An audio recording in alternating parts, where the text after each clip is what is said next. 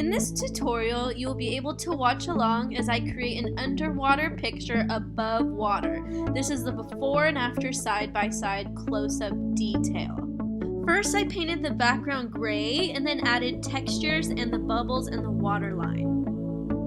The first step is to paint the entire background a single color. So in this case, it's sort of a purple, black, gray kind of color. And I'm just going to go in with a really hard brush and paint in the entire background. And then I'm going to copy and paste pictures of my dress flip onto the main picture, just to add a little bit of depth and detail to the overall picture. And I'm just clicking that layer on and off so you can see what it looks like. And then I'm going to paint away at part of the layer where we don't want it to appear. And that's just the before and after of that. And then I'm going to go in with the lasso selection tool and create a selection where we want to paint in more purple, which is kind of making my backside look a little flat, but we'll fix that a little bit later.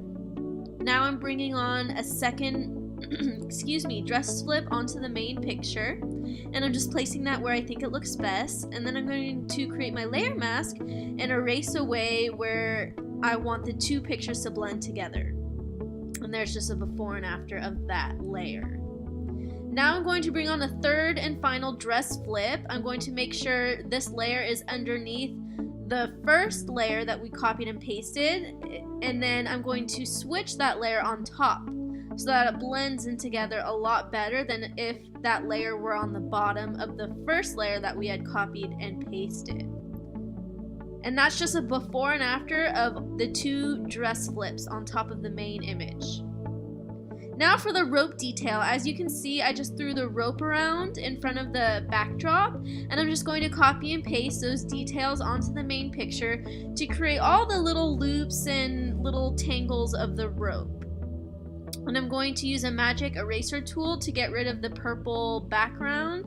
And then I'm going to go in with my paintbrush tool and erase away where it needs to be erased away from. And then I'm just going to keep copying and pasting all the different selections. In this case, I'm using curves to brighten up the selection. And I'm just going to zoom up this process so you don't have to sit and watch me do this for 20 minutes straight. And I'm just going to keep copying and pasting all the different rope selections. And now I'm going to copy and paste a straight rope that we're going to use on the top of the picture. So it looks like I'm holding a rope that's extending from above.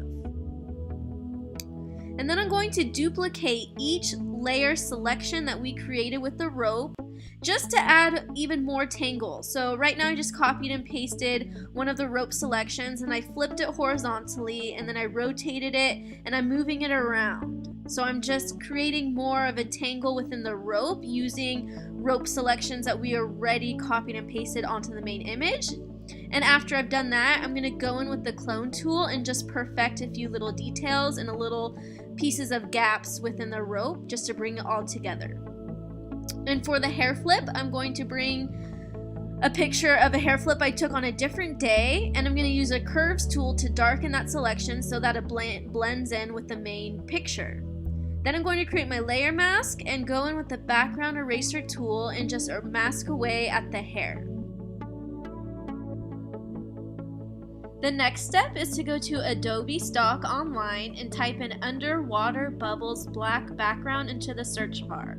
And this is what you'll see when you type that in. The first picture is perfect. I'm looking for a black background that I can change to a certain screen mode that takes away the black. So this is perfect. And I'm just going to copy and paste that picture onto the main image in the top left corner, then transform it by hitting Command T on my Mac keyboard and holding the Shift button as I stretch out the sides of the picture. Then I change the screen mode to Lighten.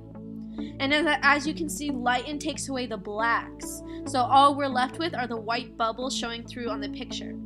This is the second Adobe Stock photo that I purchased for $10. So overall I paid $20 for these photos that I could use anytime I want in the future.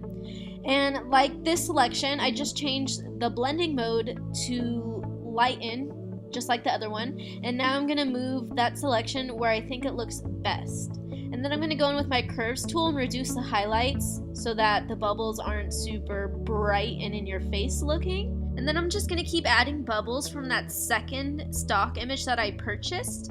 And I'm going to place that above. And now I'm clicking all the layers of the water splashes on and off. Or not the water splashes, the bubbles, excuse me. And now I'm just going in with some curves, and I'm just adding an artistic feel to the picture. That's the before and after of the curves I just added. So I kind of darken the background and reduce the redness. Now I'm using Visco presets. This is what it looks like. This is before Visco, after Visco. Before Visco, after Visco. And that looks good just like that. And now I'm adding some vibrance. And with the vibrance, it makes my skin super orange, so I'm going to go in with my layer mask on my paintbrush tool with black on top and erase away from the vibrance of my skin, but keep it everywhere else. And now I'm using one of my favorite Brooke Shaden textures, and I'm just gonna lay that over the whole image and change the blending mode to lighten. And then I'm gonna reduce the fill and opacity of that texture layer, and then darken that texture so that it shows up even more on the photograph. And that's what it looks like before and after using the texture, which I love using in my photographs. I use them in pretty much every photograph. And now I'm just going in and taking away the blues from the yellow dress because there was some blueness going on, so that's just a random little thing that I'm taking care of. This is the final image. My screen recording got cut short a little bit, but you didn't really miss much. I just kept adding more vibrance and more yellow to the overall photograph. I went to the white selective color adjustment layers and added more yellow to the whites to kind of make the overall dress just more yellow altogether. If you like this video, if you learned something, please subscribe and leave me a comment in the comments section below. Thank you so much for watching my YouTube video, and I'll see you guys for the next one.